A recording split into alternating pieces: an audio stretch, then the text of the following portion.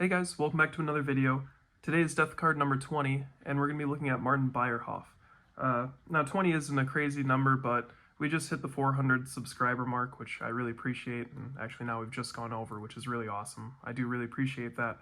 So I figured I would do something a little different, a little bit more unique, and in this case this is an instance of a grouping that I've never seen with death cards in this fashion. So as usual, we'll jump into Martin's card, and then we'll kind of go over everything else and go from there. In God's holy peace, rests far from home and his loved ones, our unforgettable, much-loved son and brother, Obergefreiter Martin Bayrhof, born on January 13th, 1922 in Rosshaupten, died on July 19th, 1945 in a prisoner's hospital in the East. The first wound has not yet been healed. A second has been inflicted on us. The second died a hero's death. That's what you call a sacrifice. A hard one to bear. You were so good. You died far too early. Such a kind heart is never forgotten. Whoever knew him loved him. Whoever has tears weeps for him.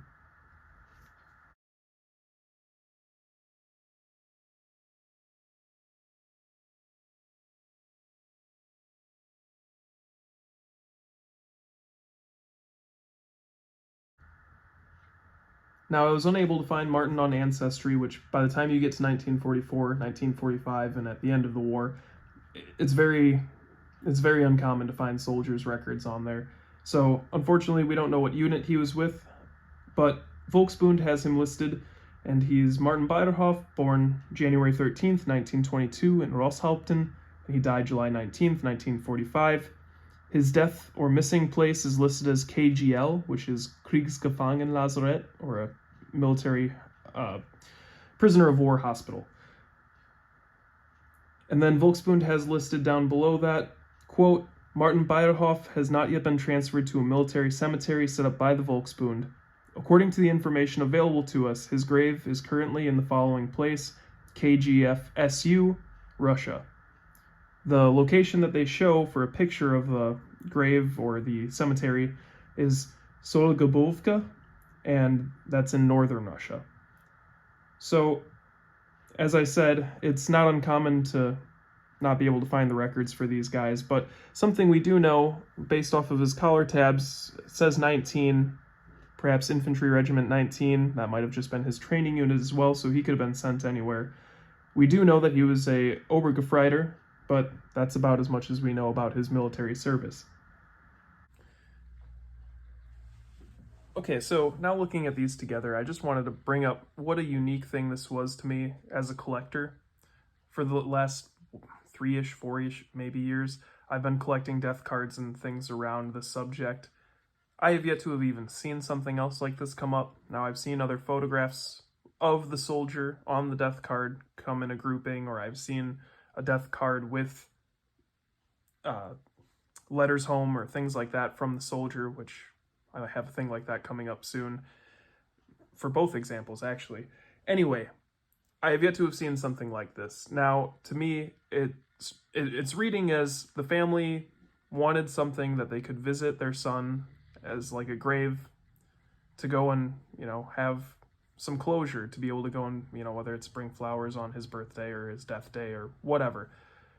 So many of these guys would have never returned home, whether it was because they had died somewhere and the family just didn't know where that was, or that distance to go see their son's grave was too far.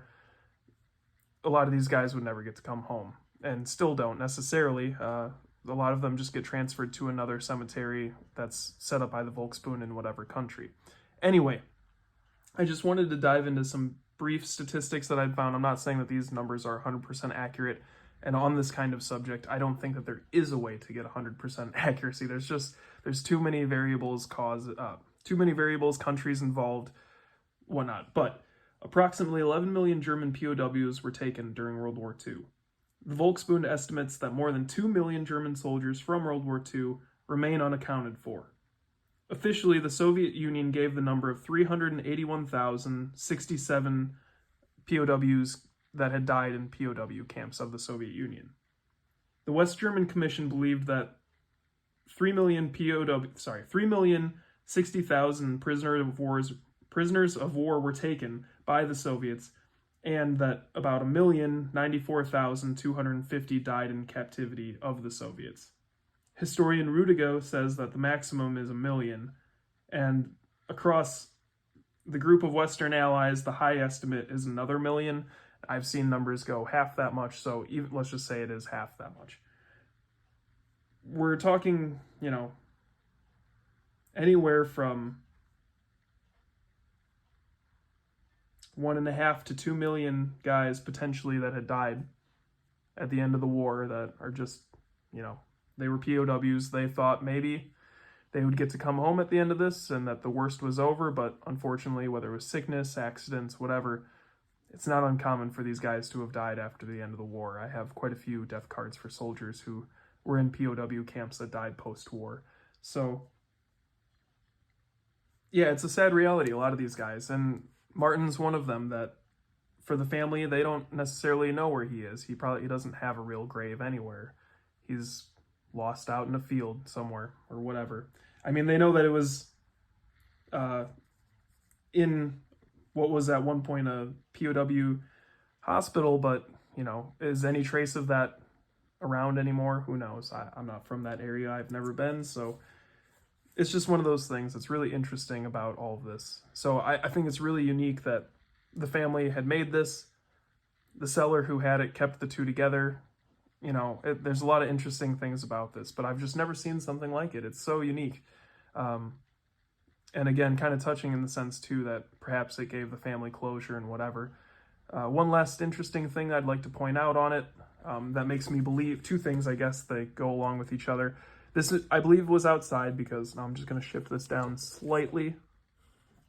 I believe this was outside because they gave it a roof, a slight cover. You'll see that on some of the grave photographs from the front. You can see that this appears to have water damage inside. And then up here, the Iron Cross is very stern and bold still. Down here, it's faded quite heavily.